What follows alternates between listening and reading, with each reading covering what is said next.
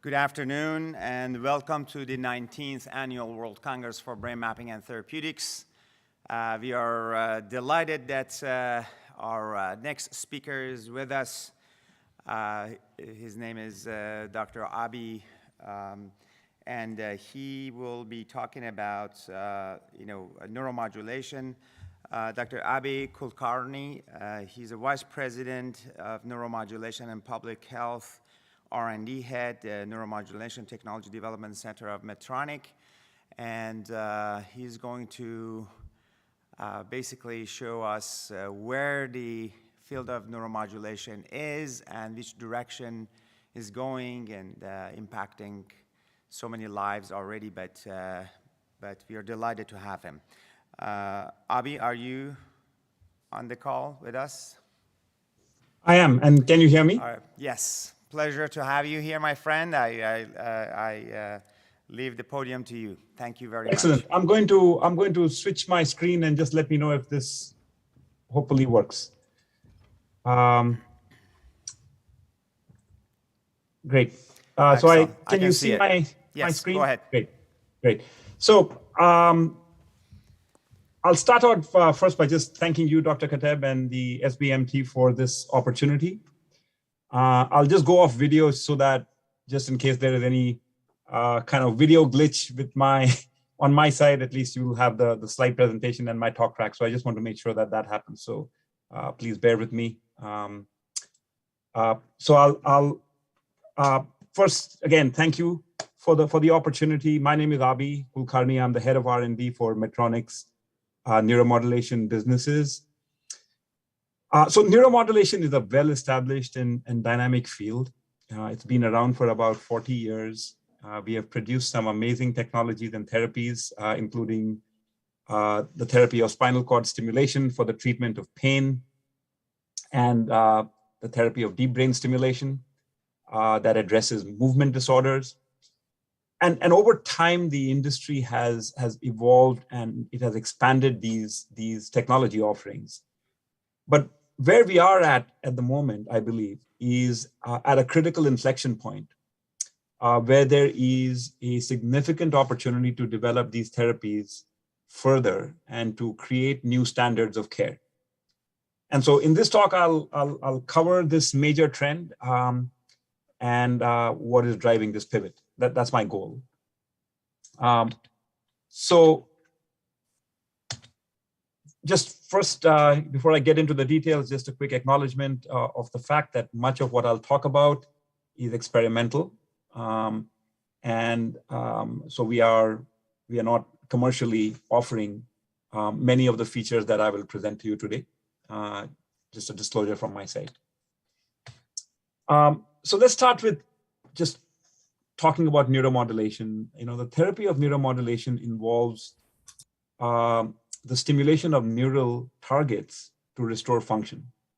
And the idea is to modify neural messaging in the body when it has become abnormal, or to replicate it when it has gone missing. And the stimulation itself is the delivery of electrical signals. And the way I think about it is that you're trying to deliver these electrical signals at the right place. You're trying to do it at the right, trying to deliver the right pattern, and you're trying to deliver it at the right time. So that in principle is what neuromodulation is. Now, in my talk today, I'll focus on the therapy of deep brain stimulation, and I'll use it as an example to motivate some exciting trends that lie ahead, not only for DBS therapy, but for the field of neuromodulation itself.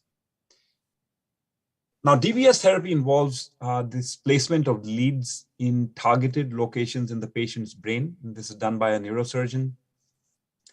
And the leads are connected to a stimulation circuit and a battery that is implanted in the patient's chest. That's the way the system is deployed in the patient. The delivery of electrical current then through these implanted leads is what delivers the therapeutic benefit for the patient. Now, the place of stimulation for DBS therapies, the way that evolved was it came from functional neurosurgery. where there were experiments or procedures related to lesioning that were being conducted. And these lesioning sites then became stimulation targets.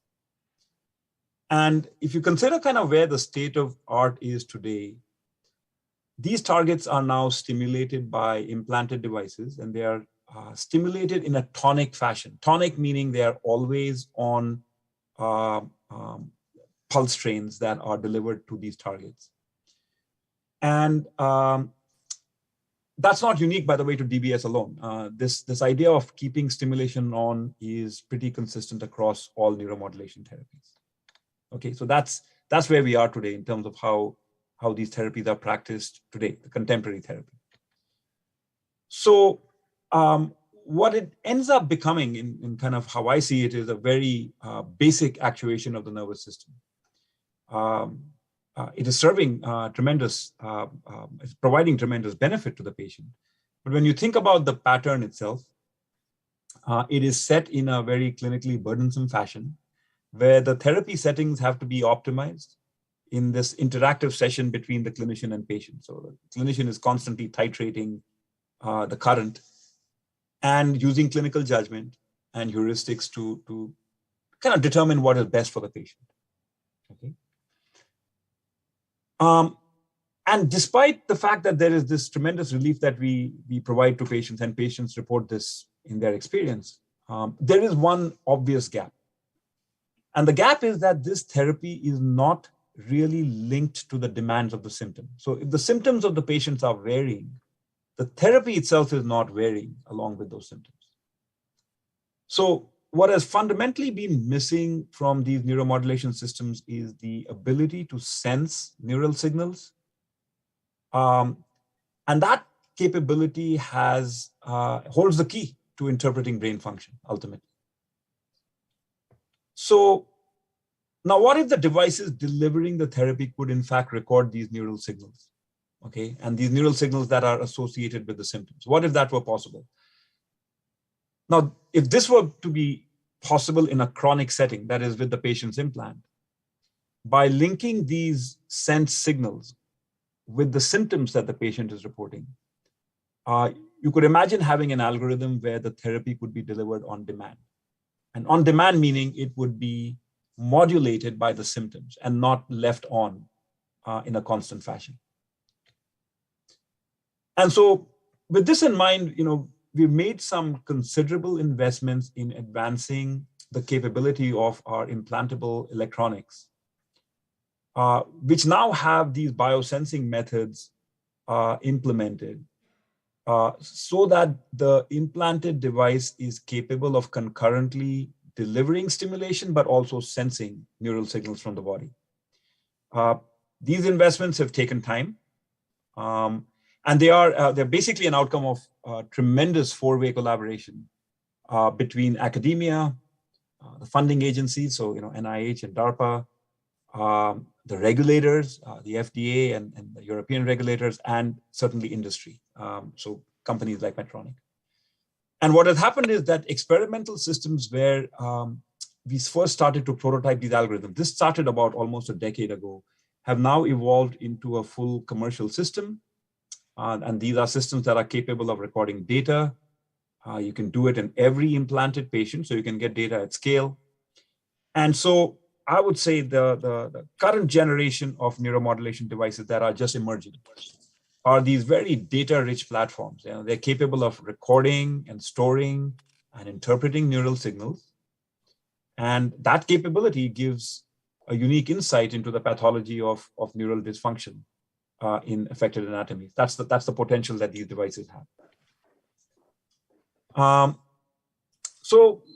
Just let me present to you what some of the initial learnings are. I mean, this is very new. This has not happened for a long time. These devices that I mentioned are getting implanted over the last maybe year and a half or two at scale. So what is it that we are learning from this data? So before I get into the data itself, I do want to mention that this data from patients can be recorded in at least one of two ways. One is in the clinic. so you can monitor in great detail in the acute setting of a clinical visit, and you can get a lot of information from the patient in that setting. But what is more interesting is you can also be continuously recording this data while the patient is using their device and therapy in a chronic fashion. And so things, if a patient experiences an event, the patient can annotate that event. And that annotation, when is reviewed by a clinician, you can imagine can give the clinician a fair amount of insight, deep level of insight, when the patient then returns to the clinic for their follow-up visit. So 2 modes of measurement, okay, in clinic and then out of clinic. So the basic data that is measured by the system, this is a detailed graph and I'll walk you through it. But the basic data in its very raw form is the endogenous local field potential activity of the brain. And in this graph, the x-axis, it's a time series, okay? So the x-axis is time, y-axis is local field potential amplitude.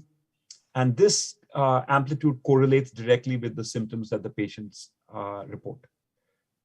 Now, these LFPs are being recorded from both hemispheres of the patient. That's the red and blue line. So that's the time series that you're seeing. And several epochs of data are shown. And let me just kind of walk you through those.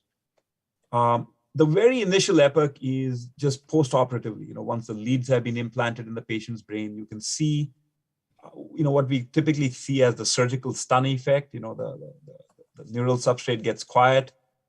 There is an associated suppression of tremor because post-surgically the neural circuits are still recovering. And you can see kind of that the LFP signals are diminished just immediately post-surgery. This is before, by the way, any therapy has been turned on. As kind of the surgeon, as the patient heals, you can see the return of the tremor. That's kind of that red region, red epoch. It's called the symptomatic behavior that is shown by the patient where they exhibit tremor. You can see these LFPs now have high values, okay? And then you kind of, once the patient has recovered and you turn on programming, you can see as electrical current is turned on, the LFPs start to drop, again, consistent with the reduction in the tremor that the patients experience.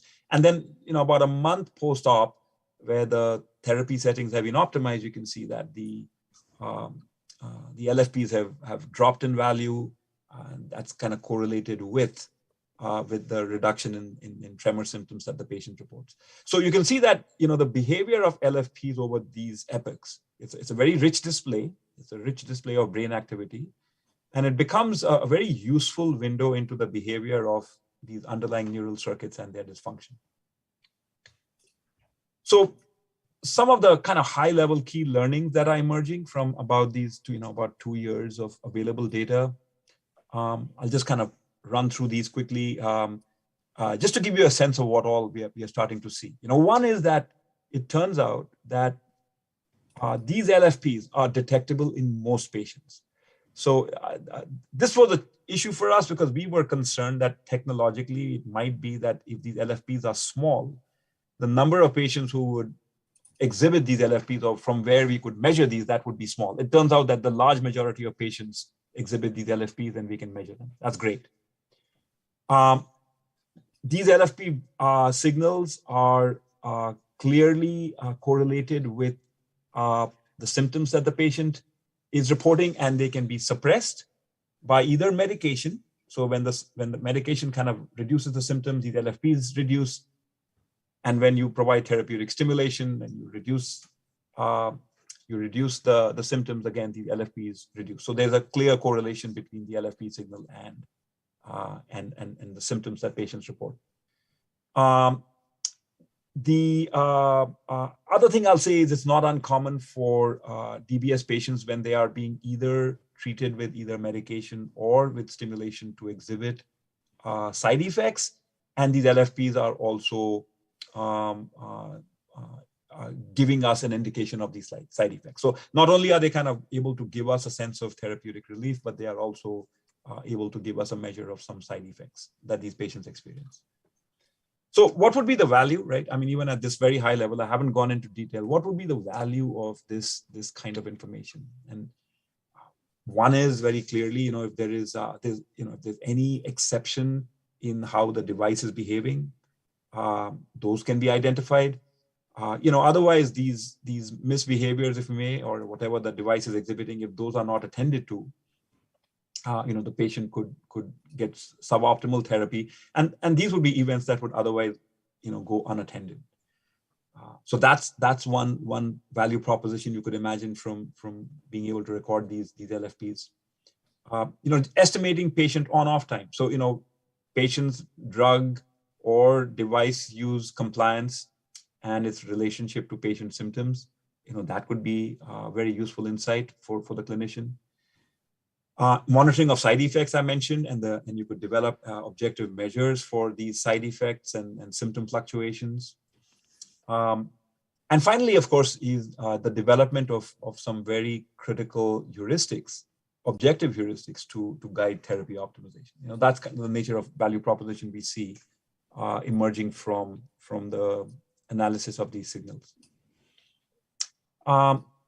I do also want to say that in addition to just thinking about the data as I've talked about it, we've also had the opportunity to develop some very crucial collaborations with partners. And one such partner I'll highlight is Rune Labs.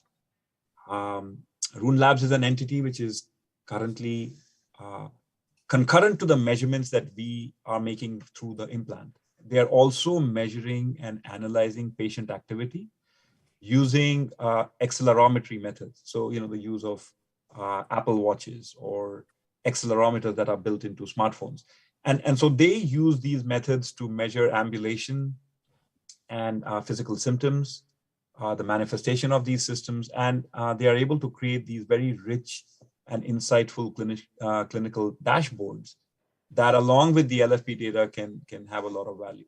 And so taken together, I would say, the fact that you can have these accelerometry methods and LFPs from the device. Again, I'll just say that, these neuromodulation systems are looking like very data-rich platforms. They're very capable. They can record and store and interpret neural signals and just give this very unique insight into the pathology of the neural dysfunction and the affected anatomy. So now, let me return to that original gap that I had mentioned, that DBS therapy today is not linked to the demand of the symptoms. And it's important to bear in mind that these symptoms fluctuate, right? And while they fluctuate, the therapy, which has been turned on and has been set very precisely by the clinician in the clinical setting, that is constantly on. And so you're not really optimizing the therapy to the symptom fluctuation at all, right? That's just, there's no way to do it. But if the device delivering the therapy could also record the neural signature associated with the symptoms, these LFPs that I mentioned. Now imagine that you could link this sense signature to the stimulation via an algorithm. And now the therapy could be delivered on demand of the symptom. And what this would ensure is optimum stimulation. So it's only available when the patient requires it, and that happens automatically, obviously. And in addition to minimizing side effects, that's one big advantage. You also conserve precious battery power for these patients. So that's the idea. Okay, you're stimulating, but you're managing the stimulation or titrating it based on the sensed LFP. And there's an algorithm in the middle that kind of manages the stimulation in concert with the sense signal. So, an example of this idea is some wonderful work, some very pioneering work done by Opry et al.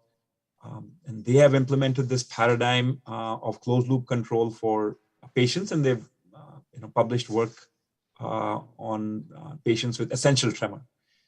And in these patients, what they did was that they recorded activity from the brain.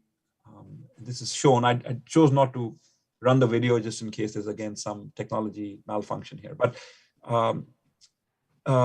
they've recorded activity from the brain. They use that activity to predict the associated onset of tremor, and then they deliver therapeutic stimuli to suppress this pathological tremor. And they do this on demand. So it's based on the sensed onset of tremor. That's when the stimulation turns on. And it's very effective. It's a very effective way to, again, deliver therapy on demand. And kind of way I look at it is now an electronic circuit has replaced and rehabilitated a biological circuit in the patient's brain. So a virtual neural network has been created. And it's a wonderful example of a demonstration of patients receiving optimal efficacy as demanded by their body. And it happens without them having to think about it. So what I'm going to say in kind of conclusion is that, the devices that are kind of evolving today have the capability to read from the brain.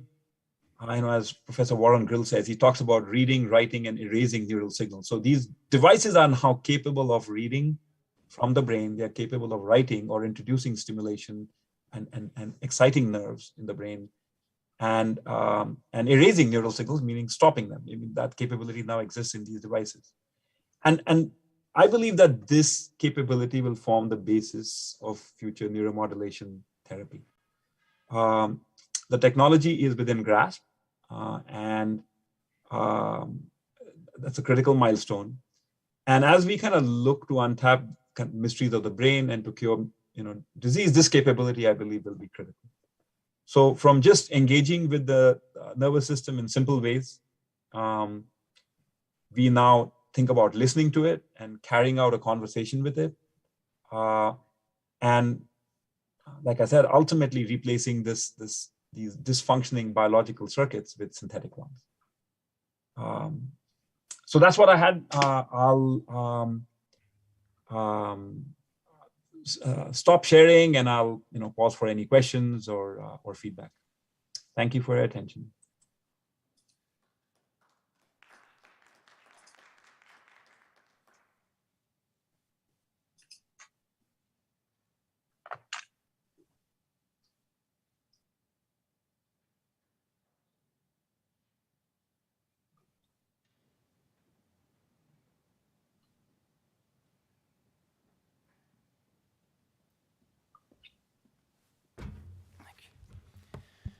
Thank you very much for an excellent presentation. I really appreciate this overview and amazing lecture. We're a little bit over time, so I apologize that we will not have enough time for QA. So Dr. Abi, thank you very much for your time. We look forward to a long-lasting collaboration with Medtronic, which has been one of our key sponsors.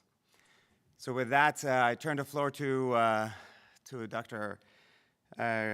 Chris Wheeler to introduce our next speaker. Thank you. Thank you.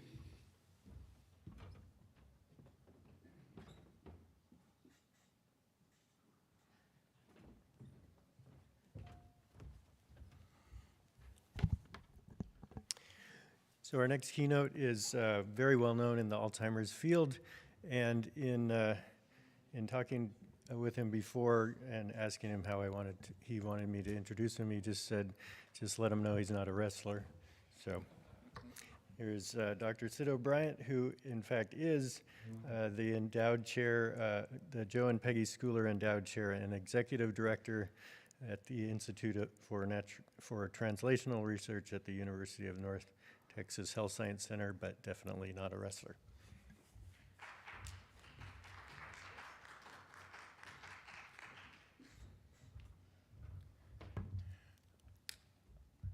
Okay, so thanks for having me.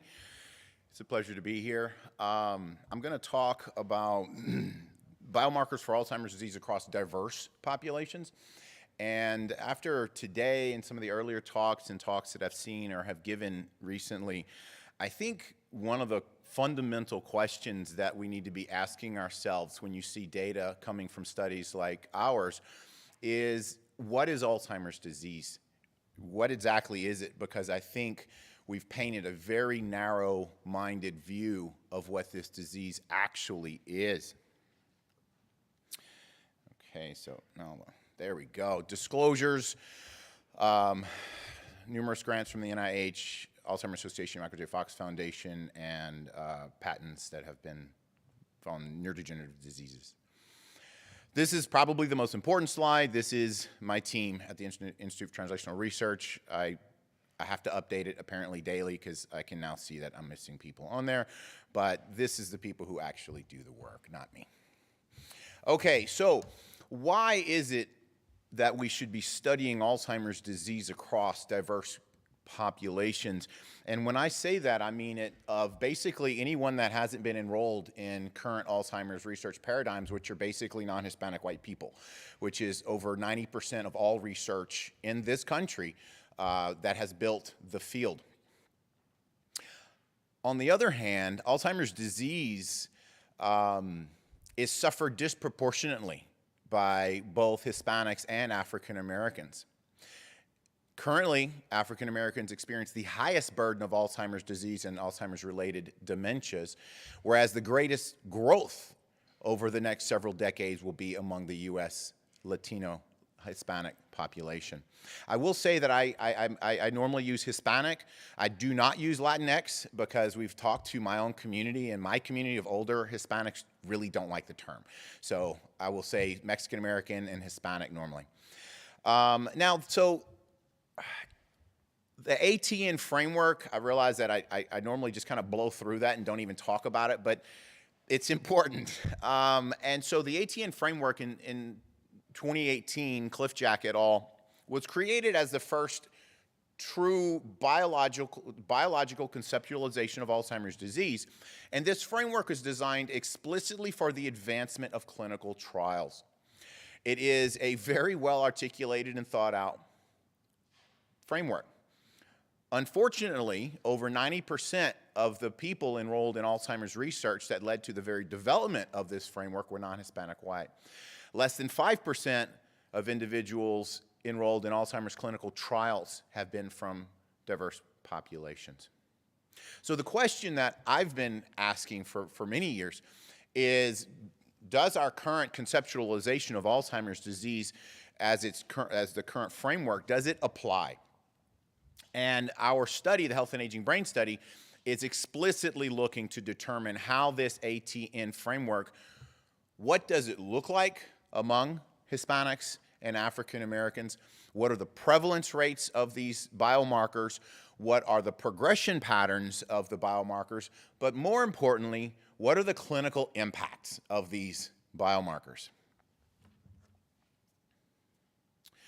So one of the things that many people don't know is that the demographic trajectories of this country and many countries across the globe are changing pretty drastically and rapidly.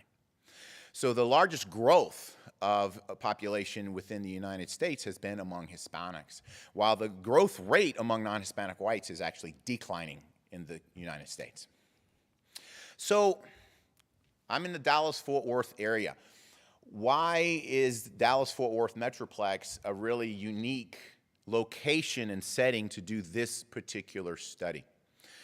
So Dallas-Fort Worth is the 7th largest metropolitan area in the United States. More importantly, the current racial and ethnic distribution of Dallas-Fort Worth is where the United States will be in 2045 and 2050. Where the United States projections will be is where we already are. And so it's an ideal location for a study like this. And the study that I'm going to describe, I don't think I say it oftentimes, but it's single site. So we're not a multi-site project, which has its pros and cons. Okay, so just a very brief overview. The Health and Aging Brain Study, Health Disparities, HABS-HD. Normally I just call it HD. In the publication literature, what you will see oftentimes is still referred to as the Abi study, which was Health and Aging Brain among Latino elders. The actual name of the study has always been the Health and Aging Brain Study. The Abi component was the community-based outreach specifically to the Hispanic population. we've now added the recruitment of 1,000 African Americans to the study. And so we went back to the larger parent name of the study to be more reflective of the community with which we're supporting and are supporting us. So we've already enrolled over 1,000 Mexican Americans, and we enroll specifically Mexican American into this study because Mexican Americans represent approximately 65% of all Hispanics in the United States, but I'm in Texas. So approximately 80% of Hispanics in Texas are Mexican American. So that was how we built the study. We are now in the middle of enrolling African Americans. We started around a year ago. We've already enrolled over 500. We are in 24-month visit 2 for the original 2,000 participants. Already, we're approximately 50% through. So every 24 to 30 months, we do longitudinal follow-ups. Now, obviously, COVID has had a pretty significant impact on that. So the delay periods between baseline and follow-up may be longer for some individuals. Our approach is that we do not throw people out of the study. Once you're in the study, unless there's a really good reason for someone to be removed from the study, which I am the only person who has the authority to do so, we do not throw people out of this study. Once you're in, if you just say, we've got participants who still want to come back, but they're afraid. And so we keep the window open for as long as it takes. It's a very robust study, functional exams, clinical exams, sociocultural, environmental factors, item level data and the database on everything, neuropsychological assessment. This is an old slide. We now have over 500,000 aliquots in the database.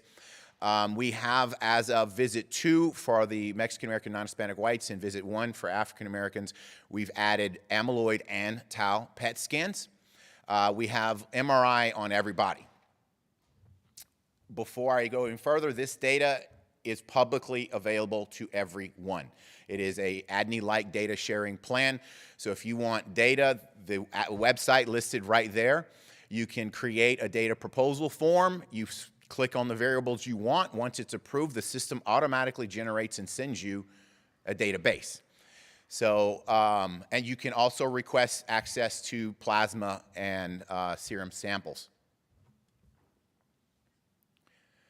Okay, so this is in a longitudinal community-based epi-type study. I could slice this table at the beginning of a day and the end of the day, and it would look different because we see, on average, about 1,200 participants a year with 6 to 8 visits per participant. So it's a constantly rolling sort of project. But this is a community-based study. This is not a clinic-based study. And the research literature will demonstrate to you that traditional clinic-based studies are the reason why we don't have diverse populations in our Alzheimer's research, and traditional, quote-unquote, traditional epidemiological random digit dialing also is a reason why we do not have diversity in our cohorts. So we do a true community-based participatory research approach. I'm happy to talk more about it. Oh, come on, I thought I got rid of all of those. Okay, and since there's, a lot of people here interested in imaging, here's a table that tells you what imaging sequences we're currently capturing. This changes with the renewal. We'll add a little bit to it. But all raw imaging files are available through Lonnie. So not only are the process data available, you can request it, but the raw imaging is also available. Okay, so let's dig into some data. Obviously, a study like this has far more data than I could ever possibly go through in even a 2-hour sort of thing. So I'm going to try and paint a picture of why we're doing what we're doing and why it's so important. So back in 2013, we published one of the first articles to demonstrate younger age of onset of mild cognitive impairment among Mexican Americans as compared to non-Hispanic whites. And as you can see, that age gap is not trivial. This isn't something that doesn't have clinical meaningfulness because at 64 years old, these participants are still working. They're still supporting family members. And this is not a small sample size either. And so we've replicated this over and over. One of the things that, I'm a neuropsychologist, licensed neuropsychologist by training. One of the things that we always wonder is, all right, is it test issues? Is this due to some sort of test bias? Well, we've created our own norms. And we also have people like myself in consensus review who this is what we've done clinically for our entire life. But we always keep an eye on that. So one of the questions also is, all right, if this is going on, what are the underlying factors that can contribute, not just things like test bias, but what's the biology and what are the sociocultural factors? And that's one of the things that I think is important is many of the studies that have looked at Alzheimer's biomarkers and pathological markers fail to capture the sociocultural context. This is a study of the biology of the disease across diverse communities within a sociocultural framework. And so if I don't get it all of that data, you'll have to forgive me, but we have it. Okay, so we found younger age of onset. And so the first thing we thought about was, because this was a community-based study, mixed actually, community-based and clinic. And so we said, well, ApoE4. I mean, ApoE4 has been talked about repeatedly just here. And what we went and looked at is just, all right, just prevalence rates of ApoE4 positivity. And what we found is that ApoE4 positivity is lower across all diagnostic classifications among Mexican Americans as compared to non-Hispanic whites. This was independently cross-validated in the same year. And then Hector Gonzalez of the Sol Inca study recently published that ApoE4 prevalence rates are lower among Mexican Americans as compared to other Latino populations. And so younger age of onset, in the absence of the primary genetic risk factor. Okay, so then we said, all right, so if ApoE4 is less common, what about amyloid positivity? So we started doing PET scans. This cut of the data in HD, there were around 200 per group. In less than a year, we've actually done almost 1,400 amyloid PET scans, so there's a lot more data available. Getting it out to the scientific community takes time. But what you can see from here, and the ADPC, Alzheimer's Disease in Primary Care study, is a study more than likely no one's ever heard of, and that's because I haven't published anything, but that actually is the first ever study to look at a blood test for use for screening Alzheimer's in primary care. And so that study just wrapped up enrollment, but we did amyloid scans there, and what we're consistently finding is lower rates of amyloid positivity among clinically diagnosed MCI and Alzheimer's participants among both Hispanic and African American populations. The A4 study, we have a blood-based biomarker grant looking at pre-randomization samples in that study, and they've actually found the exact same thing that was recently published. At least the Hispanic population data was not published, the African American was.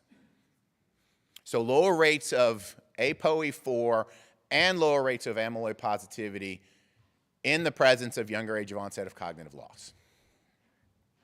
Okay, so if you have ApoE4 and amyloid, one of the questions that one of my teammates said, all right, so fine, lower rates of amyloid positivity and lower rates of ApoE4, but is ApoE4 still relevant?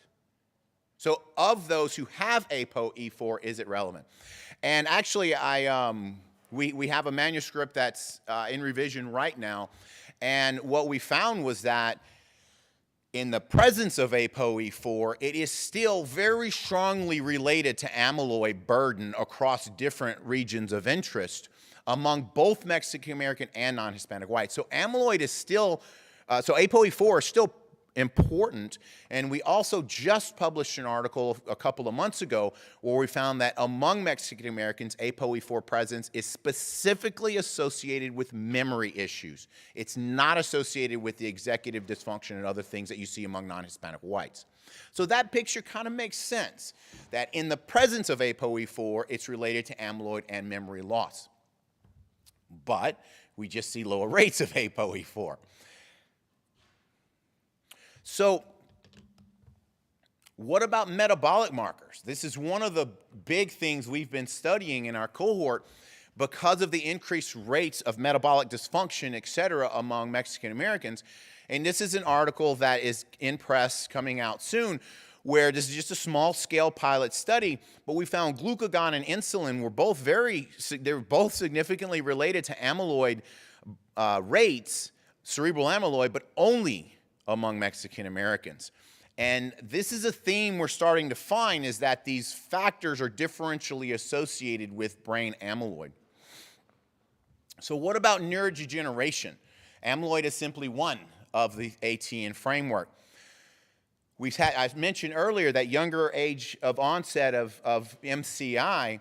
Well, what we recently found was a younger age of onset of N positivity. And if you look at the ages, they almost overlap with that MCI diagnosis by age. So what we're seeing is less ApoE4, less amyloid, but neurodegeneration at a younger age. So there's something going on that is not your prototypical classical thought of amyloid-driven Alzheimer's disease pathology. And so even looking, one of the things I know people are very interested in plasma NFL, plasma p-taus, et cetera. And we also found that even among diverse populations, among Mexican Americans, plasma NFL is still associated with this neurodegeneration. Now, what it means, I honestly don't know because it's such a non-specific marker of things. So we're still trying to figure out how will you use plasma NFL within a context like this. But we did find that even plasma levels of neurodegeneration via NFL, the levels differ and the outcomes also differ between race and ethnicity. Now, this is one that I threw in there just because it just shocked me when I did it. So this is not broken down by classification. I actually created this slide yesterday or day before. Small sample sizes, but still, we've got more tau scans than probably anyone on the planet among diverse populations, and we already have actually almost 1,000. But this is an earlier cut of the database. But what you see here is A positivity, T positivity, and N positivity among non-Hispanic whites, African Americans, and Mexican Americans. And what you see is, it doesn't really matter where you look at it, they vary. Now, look at that middle group, T positivity. Look at the difference in tau positivity rates among Mexican Americans as compared to non-Hispanic whites and African Americans. On the other hand, the amyloid positivity rates are lower among both African Americans and Hispanic Mexican Americans compared to non-Hispanic whites, whereas neurodegeneration is higher. Now, it's still highest among non-Hispanic whites. As a matter of fact, when you slice the data more, 100% of non-Hispanic whites with a dementia diagnosis have neurodegeneration positivity in our data so far. That does not hold among other groups. So what we're seeing is different ages of onset of cognitive loss, different genetic background profiles, different prevalence rates of some of these ATN classic pathological markers, things that are not in here that I didn't present, but even your basic links between demographic factors and amyloid burden vary substantially by groups. As a matter of fact, among non-Hispanic whites, it's only age that's related to amyloid positivity. Among African Americans and Mexican Americans, gender and education both come into those equations. So just our fundamental understanding of the factors related to these quote-unquote pathological markers is flawed. What I think is going on is amyloid, tau, and neurodegeneration are absolutely all important. We've just had a myopic, blinded vision of what we think it is. So we need to take a step back and re-examine a little bit more. And so this is one that I thought this group might find very interesting because there's so much data and people now are looking at imaging outcomes for functional studies. And the group, the talk before me, talking about neuromodulation aspects and things like Parkinson's. What we found is that these MRI markers of white matter hyperintensity and neurodegeneration are significantly related to physical outcomes via the TUG and the SPPB. But what really gets interesting is when you split it out by not only race and ethnicity, but by cognitive status. So among non-Hispanic whites, it's really white matter burden that's related to physical outcomes. If they're cognitively impaired, neurodegeneration becomes relevant. Among Mexican Americans, what you see is among cognitively unimpaired, the white matter burden is definitely strongly related. Neurodegeneration starts to become important. in certain scales, but once you shift over to cognitive impairment, it's both white matter disease and neurodegeneration. And keep in mind, I'm running both of these in the model simultaneously. So neurodegeneration and white matter have to account significant variance in the presence of the other marker. I'm not running these models independently of one another. So even just the links between some of these imaging outcomes and functional outcomes vary. And so basically what I think is, what is Alzheimer's disease? I'm a clinician, and what I can tell you is that when you're sitting in your office and you see participants and you start doing a dementia exam and clinically they look like Alzheimer's disease, but this is a Mexican American sitting in front of you, they have less than a 50% chance of having amyloid positivity with a diagnosis clinically of Alzheimer's disease. So what exactly is going on? What we have found in the data, again, there's only so much I can present in this amount of time. We're looking at ADIs, the Area Deprivation Index. So Amy Kine's group at University of Wisconsin. And what we're finding is that neighborhood level disadvantage is significantly related to not only cognitive outcomes, but also these biomarker outcomes, especially neurodegeneration.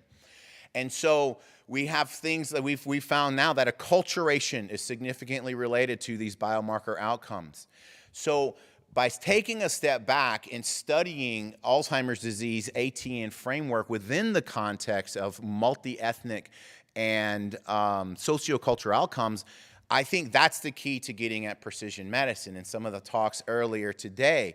Because if I have someone sitting in front of me as a patient where I know the likelihood of amyloid positivity being low, then I need to know what else do I need to go after. And what we're finding among our Mexican-American population is diabetic and metabolic-related factors are very strongly influencing these outcomes, which are things that I can intervene with.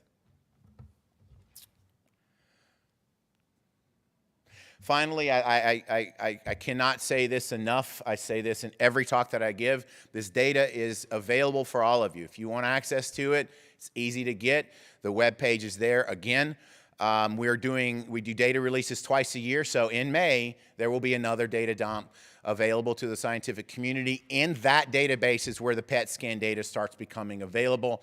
It will only be a couple hundred per group available in the May release. But remember, this is a very large-scale study. So by the December or November time release, the database will have well over 1,000 PET scans and 1,000 tau scans available. So it grows rather fast. So please go after the data, use it, submit forms. That's how we help patients. Thank you for your time. I appreciate it.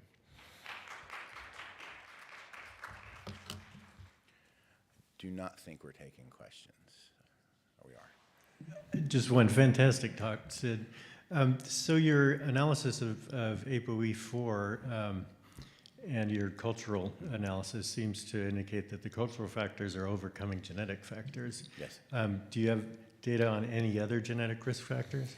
So we do, and so we have GWAS among over 800 Mexican Americans, 800 non-Hispanic whites, and we pulled the top 10 genetic markers from Kunkel work, and what we found is that every single one of those risk alleles vary amongst groups. So BEN1 is actually more common among Mexican Americans. One of the other things we've done now that the data will also be available is we are doing ancestry markers. And so we will start looking at ancestry and how does that impact these factors as well. And that's one of the reasons why having 1,000 African Americans in the study makes that so much more powerful. Can you dissociate ancestry pretty reliably from cultural influences? Oh, God, no. So I think we can look at genetic ancestry markers as what they are, right?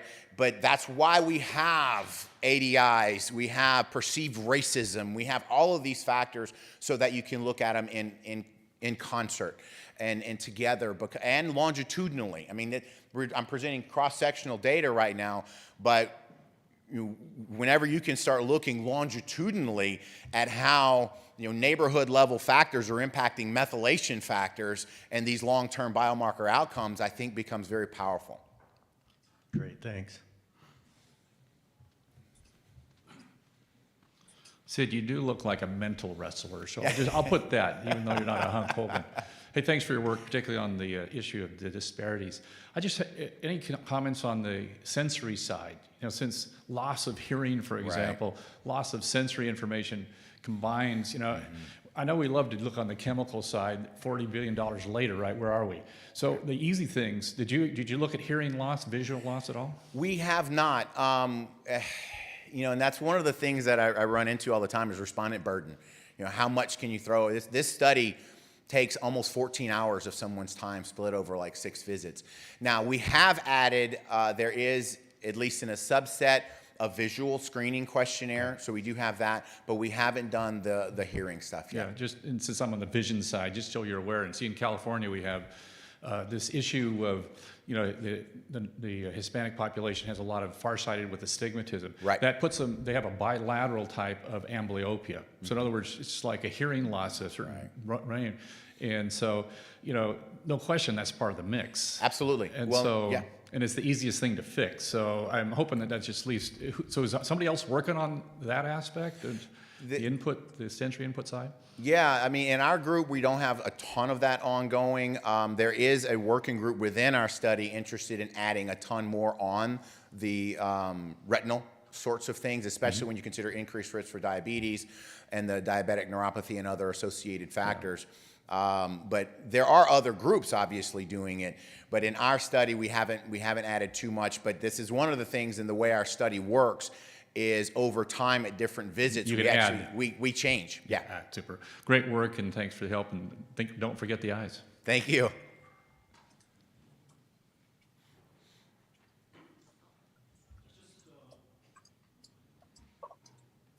It's a really nice talk and very interesting. It looks like there's more vascular input into the dementia in the Mexican Americans. Yes. Interesting that it increases tauopathy. Right. Sally Frauci is going to talk a bit about what that might mean in her talk. Right. The question I have is, when you see these different causes or different picture of dementia, what are the therapeutic implications for that in terms of what's going to be prescribed and developed and delivered in the clinic? That's a great question. We actually published an article just recently looking at neurodegeneration, just MRI-based neurodegeneration. Let's pull it apart. How does it look? It turned out that neurodegeneration was most strongly associated with diabetes and metabolic factors among Mexican Americans, but vascular factors among non-Hispanic whites. And these are all, and we can do it among cognitively normal individuals. So basically saying you're cognitively normal, you do have neurodegeneration in your brain, and it looks like it's your diabetes or your hypertension. So that's where we think we can get at precision medicine-based sorts of interventions and prevention strategies, because what we, like I said, what we are seeing is that these associated risk factors that we know we can intervene with are differentially associated with these factors. We're looking at that with like amyloid and tau now, but don't have the data yet. But in neurodegeneration, we do think you can differentially intervene and get in and prevent using diabetes-related strategies versus hypertension-related strategies, and even physical activity as well. I know, young lady back here had a question.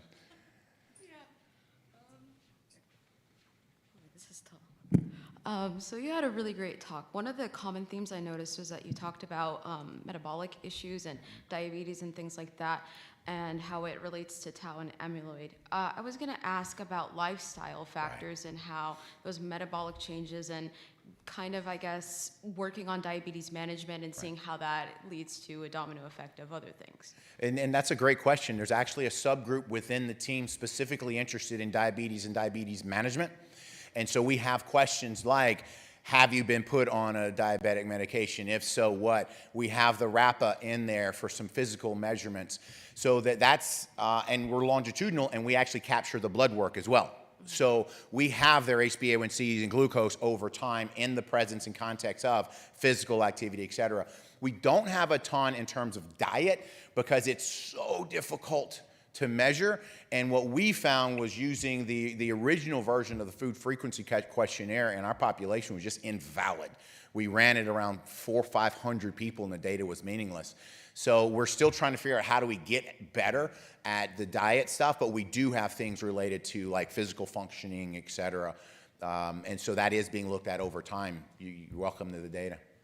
And speaking about that, so what about neuroendocrinological factors like cortisol levels, and what about women with PCOS that don't necessarily have diabetes but have a predisposed risk to insulin resistance and thyroid issues and things like that eventually do cause cognitive issues that might mimic the worsening of dementia and things like that? Yeah, that's a great question. We don't have cortisol levels. There is a brand new working group that just came together. Michelle Milkey is part of that team to actually start building a specific set of women's health related questions within the cohort across groups longitudinally. And so we do have, like I say, clinical labs, we have proteomics, genomics, we have all of this data, but we don't have much on hormone and things like that yet. So, but we have the sample, so we will go back and get it. Okay, thank you. Thank you. And I know I'm seriously encroaching in other people's time, so I think, all right, thank you for your time. I wanted to ask about education. Is there a big education gap, and that can be related? Is that? Absolutely, there's a very significant education difference between the groups. And our education rates actually mirror that of the larger population. So that's one of the things we're trying to understand. So supposedly education is protective at a high level, risk at a low level. But for example, one of the questions that we're trying to figure out is, at what level of education is now there at least no risk? What's the inflection point? And I still don't have an answer to that question. But the educational difference is it's not just at a group level. If you split out by language spoken, Spanish-speaking Mexican Americans have lower levels of education than English-speaking Mexican Americans.